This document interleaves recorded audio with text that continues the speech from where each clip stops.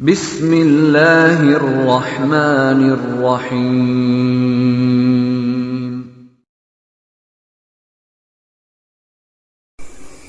السلام علیکم ورحمۃ اللہ وبرکاتہ۔ بسم اللہ والحمد للہ والصلاة والسلام علی رسول اللہ۔ اعوذ باللہ من الشیطان الرجیم، بسم اللہ الرحمن الرحیم۔ وَإِذْ قَالَ إِبْرَاهِيمُ رَبِّ اجْعَلْ هَذَا بَلَدًا آمِنًا وَارْزُقْ أَهْلَهُ مِنَ الثَّمَرَاتِ مَنْ آمَنَ مِنْهُمْ بِاللَّهِ وَالْيَوْمِ الْآخِرِ۔ ناظرین کرام، برادران اسلام، میری محترم ماؤں، بہنوں اور بیٹیوں، آج کے درس کا موضوع ہے اسلام اور امن عالم۔ امن و امان کی بڑی اہمیت ہے، اور اگر یہ کہا جائے کہ امن و امان دنیا کی سب سے بڑی نعمت ہے تو اس میں کوئی مبالغہ نہیں ہوگا۔ اسی لیے حضرت ابراہیم علیہ السلام نے جب خانہ کعبہ کی تعمیر کے لیے اپنا ایک مختصر کنبہ اور خاندان جو حضرت حاجرہ علیہ السلام اور حضرت اسماعیل علیہ السلام پر مشتمل تھا، اس وادی غیر ذی زرع میں آباد کر دیا، تو انہوں نے کئی دعائیں اللہ رب العالمین سے کی تھی۔ انہی دعاؤں میں سے ایک دعا یہ بھی تھی کہ رب اجعل ھذا بلدا آمنا، کہ اللہ یہاں جو شہر آباد ہونے والا ہے اس کو امن والا شہر بنا دینا۔ وارزق اہلہ من الثمرات من آمن منہم باللہ والیوم الآخر، اور یہاں کے باشندوں میں جو لوگ اللہ پر اور قیامت کے دن پر ایمان رکھنے والے ہوں گے انہیں پھلوں کا رزق عطا فرمانا۔ حضرت ابراہیم علیہ السلام نے رزق کی دعا سے پہلے امن و امان کے لیے دعا کیا کہ شہر کو امن و امان والا شہر بنا دینا۔ میرے بھائیوں، میرے بزرگوں، میری ماؤں اور بہنوں، دنیا میں اللہ رب العالمین نے ہمیں اور آپ کو بہت ساری نعمتوں سے سرفراز کیا ہے، دھن دولت سے سرفراز کیا ہے، مال و اولاد عطا فرمایا ہے، عزت و شہرت نصیب کی ہے، اولاد و احفاد جیسی نعمتوں سے سرفراز کیا ہے، لیکن یہ ساری نعمتیں بیکار ہو جائیں گی اگر کسی انسان کو امن و چین نصیب نہ ہو۔ اس لیے کہ ان ساری چیزوں کی حفاظت کا انحصار اور ان کے بقا کا دار و مدار امن و امان پر ہے۔ اگر امن و امان نہیں ہوگا تو مال و اسباب محفوظ نہیں ہیں، ہماری عزت و شہرت باقی نہیں رہ سکتی ہے، ہماری بیوی بچے محفوظ نہیں رہ سکتے ہیں، دنیا کی ساری نعمتیں غیر محفوظ ہوں گی۔ اسی لیے ابراہیم علیہ السلام نے سب سے پہلے یہ دعا فرمائی کہ رب اجعل ھذا بلدا آمنا، اے اللہ رب العالمین اس کو امن والا شہر بنا دینا، یہاں جو آبادی ہوگی، جو شہر آباد ہوگا اس کو امن والا شہر بنا دینا۔ اللہ رب العالمین نے اپنے انعامات میں سے ایک بڑی نعمت کا تذکرہ امن و امان کے طور پر کیا ہے۔ سورہ قریش کی آخری آیات میں، مختصر سی سورت ہے سورہ قریش، لإیلاف قریش ایلافہم رحلۃ الشتاء والصیف فلیعبدوا رب ھذا البیت الذی اطعمہم من جوع وآمنہم من خوف۔ اس آیت کریمہ میں، اس سورت کریمہ میں اللہ رب العالمین نے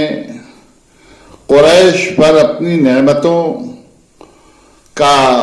اظہار فرمایا اور قریش کے لیے اللہ کی جو نعمتیں تھیں ان نعمتوں کا تذکرہ کرتے ہوئے اللہ رب العالمین نے انہیں حکم دیا کہ فَلْيَعْبُدُوا رَبَّ هَذَا الْبَيْتِ، اس لیے ان لوگوں کو اس گھر کے مالک اور اس گھر کے رب کی عبادت کرنی چاہیے، الذی اطعمہم من جوع وآمنہم من خوف، جس رب نے انہیں بھوک میں کھانا کھلایا اور خوف سے امن و امان عطا فرمایا۔ معلوم ہوا کہ اللہ رب العالمین کی نعمتوں میں سے ایک بڑی نعمت رزق کے ساتھ، کھانا دینے کے ساتھ ایک بڑی نعمت امن و امان کی نعمت ہے۔ میرے بھائیوں، ایک اور ناحیے سے اگر ہم غور کریں تو معلوم ہوگا کہ ہمارا قبلہ یعنی خانہ کعبہ جس کی طرف ہم رخ کر کے نماز پڑھتے ہیں، مسجد حرام جہاں ہم حج و عمرہ کے لیے حاضر ہوتے ہیں، اس کو اللہ رب العالمین نے امن کا گہوارہ بنا دیا۔ اللہ رب العالمین نے فرمایا ان اول بیت وضع للناس للذی ببکۃ مبارکا وہدی للناس فیہ آیات بینات مقام ابراہیم من دخلہ کان آمنا۔ اللہ رب العالمین نے فرمایا کہ پہلا وہ گھر جو لوگوں کے لیے تعمیر کیا گیا ہے وہ وہی گھر ہے جو مکہ کے اندر ہے۔ یہ بڑی برکتوں والا اور ہدایت کا سرچشمہ ہے۔ فیہ آیات بینات، اس کے اندر اللہ رب العالمین کی قدرت کی کھلی ہوئی نشانیاں موجود ہیں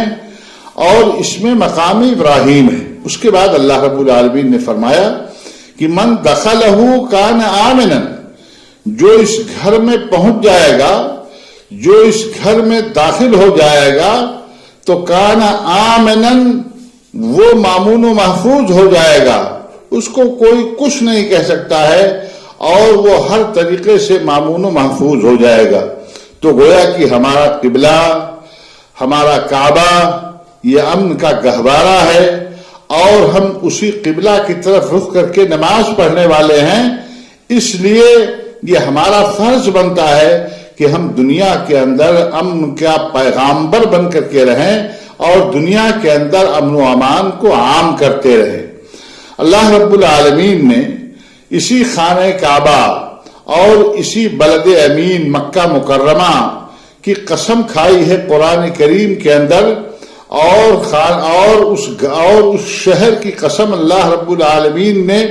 بیت عتیق کے طور پر نہیں فرمائی ہے،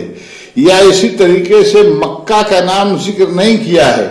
بلکہ اللہ رب العالمین نے اس شہر کا تذکرہ یا اس شہر کی قسم جس شہر کے اندر یہ حرم آباد ہے، یہ مکہ جس شہر کے اندر یہ خانہ کعبہ آباد ہے، اللہ رب العالمین نے اس کو بلد امین قرار دیا ہے، یعنی امن والا شہر ہے یہ۔ والتین والزیتون وطور سینین وہذا البلد الامین۔ میرے بھائیوں، ہمارے نبی جناب محمد رسول اللہ صلی اللہ علیہ وسلم نے اللہ کی چند نعمتوں کا تذکرہ اپنی ایک حدیث کے اندر بیان فرمایا ہے، ذکر فرمایا ہے۔ اللہ کے نبی صلی اللہ علیہ وسلم نے فرمایا من اصبح معافا فی جسدہ آمنا فی سربہ عنده قوت یومہ فکأنما حیزت لہ الدنیا۔ یہ ترمذی اور ابن ماجہ کی حسن درجے کی روایت ہے، علامہ البانی رحمہ اللہ نے اس کو حسن قرار دیا ہے۔ اللہ کے نبی صلی اللہ علیہ وسلم نے ارشاد فرمایا کہ جس آدمی نے صبح کی اس حال میں کہ وہ ہر قسم کی بیماری سے مامون و محفوظ ہے، وہ صحت مند اور تندرست ہے اور جسمانی طور سے اس کو کوئی بیماری لاحق نہیں ہے، اور دوسری نعمت اللہ رب العالمین نے اگر اس کے اوپر یہ کی کہ آمنن فی سربہ، وہ اپنے وطن کے اندر، اپنے شہر کے اندر، اپنے گھر کے اندر وہ مامون و محفوظ ہے، امن سے ہے، چین سے ہے، اس کو کوئی کھٹکا نہیں ہے، اس کو کوئی خطرہ نہیں ہے، نہ اس کی جان کو خطرہ ہے، نہ اس کے مال کو خطرہ ہے، نہ اس کی عزت و آبرو کو خطرہ ہے۔ وَعِنْدَهُ قُوتُ يَوْمِهِ، اور اس کے پاس ایک دن کی خوراک موجود ہے۔ تو اللہ کے نبی صلی اللہ علیہ وسلم نے فرمایا جس کو یہ 3 نعمتیں نصیب ہو گئیں، جسمانی صحت، امن و امان اور ایک دن کا راشن یا ایک دن کی خوراک اس کے پاس موجود ہے، اللہ کے نبی صلی اللہ علیہ وسلم نے فرمایا فَكَأَنَّمَا حِيزَتْ لَهُ الدُّنْيَا، تو گویا کہ ساری دنیا سمیٹ کر کے اسے دے دی گئی۔ اللہ کے نبی صلی اللہ علیہ وسلم کی اس حدیث سے بخوبی ظاہر ہو رہا ہے کہ امن و امان کی ہمارے ہاں کتنی اہمیت ہے، اور ہمارے نبی جناب محمد رسول اللہ صلی اللہ علیہ وسلم نے امن و امان کی اہمیت کو کس انداز میں بیان فرمایا ہے۔ اللہ کے نبی جناب محمد رسول اللہ صلی اللہ علیہ وسلم نے حجۃ الوداع کے موقع پر جو اپنا خطبہ ارشاد فرمایا تھا، مثالی خطبہ جو ارشاد فرمایا تھا، اللہ کے نبی جناب محمد رسول اللہ صلی اللہ علیہ وسلم نے اس کے اندر بیان فرمایا تھا کہ ان دماءکم واموالکم حرام علیکم کحرمت یومکم ھذا فی شہرکم ھذا فی بلدکم ھذا۔ یہ مسلم کی روایت ہے کہ جس طریقے سے آج کا یہ دن تمہارے لیے محترم ہے، جس طریقے سے جس مہینے میں تم ہو، یہ ذی الحجہ کا مہینہ ہے، یہ اللہ کے ہاں قابل احترام ہے اور تمہاری نظروں میں محترم ہے، اور جس طریقے سے اللہ کا یہ شہر، یہ مکہ مکرمہ محترم ہے، اسی طریقے سے مسلمانوں تمہارے خون اور تمہارے مال بھی محترم ہے۔ کسی کو اس بات کا حق نہیں ہے کہ تمہارے خون کی حرمت کی پامالی کرے، تمہارے مال کی حرمت کی پامالی کرے اور تمہارا خون بہائے اور تمہارے مال و اسباب کو چھینے اور تم سے لوٹ لے، اس کا کسی کو حق نہیں ہے۔ اللہ کے نبی جناب محمد رسول اللہ صلی اللہ علیہ وسلم نے فرمایا۔ اسی طریقے سے قرآن کریم کی ایک بڑی مشہور آیت ہے، جو آیت ہم لوگ پڑھتے رہتے ہیں۔ اللہ رب العالمین نے فرمایا کہ من قتل نفسا بغیر نفس او فساد فی الارض فکأنما قتل الناس جميعا ومن احیاها فکأنما احیا الناس جميعا۔ اللہ رب العالمین نے فرمایا کہ اگر کسی انسان نے کسی شخص نے کسی انسان کو بلا وجہ قتل کر دیا، تو بے گناہ قتل کر دیا کسی کو، فکأنما قتل الناس جميعا،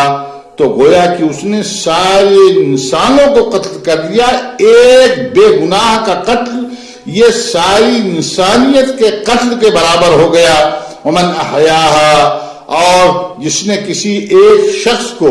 اس میں مسلمان کی شرط نہیں لگائی گئی ہے، اس میں یہ نفسن کہا گیا ہے، کسی کی بھی جان ہو، چاہے وہ مسلمان ہو چاہے وہ غیر مسلم ہو۔ اللہ رب العالمین نے فرمایا کہ من قتل نفسا بغیر نفس او فساد فی الارض فکأنما قتل الناس جميعا ومن احیاها، اور جس نے کسی نفس کو بچا لیا، کسی جان کو محفوظ کر دیا، وہ مر رہا تھا، مرنے کے قریب تھا، ہلاکت میں پڑنا چاہتا تھا،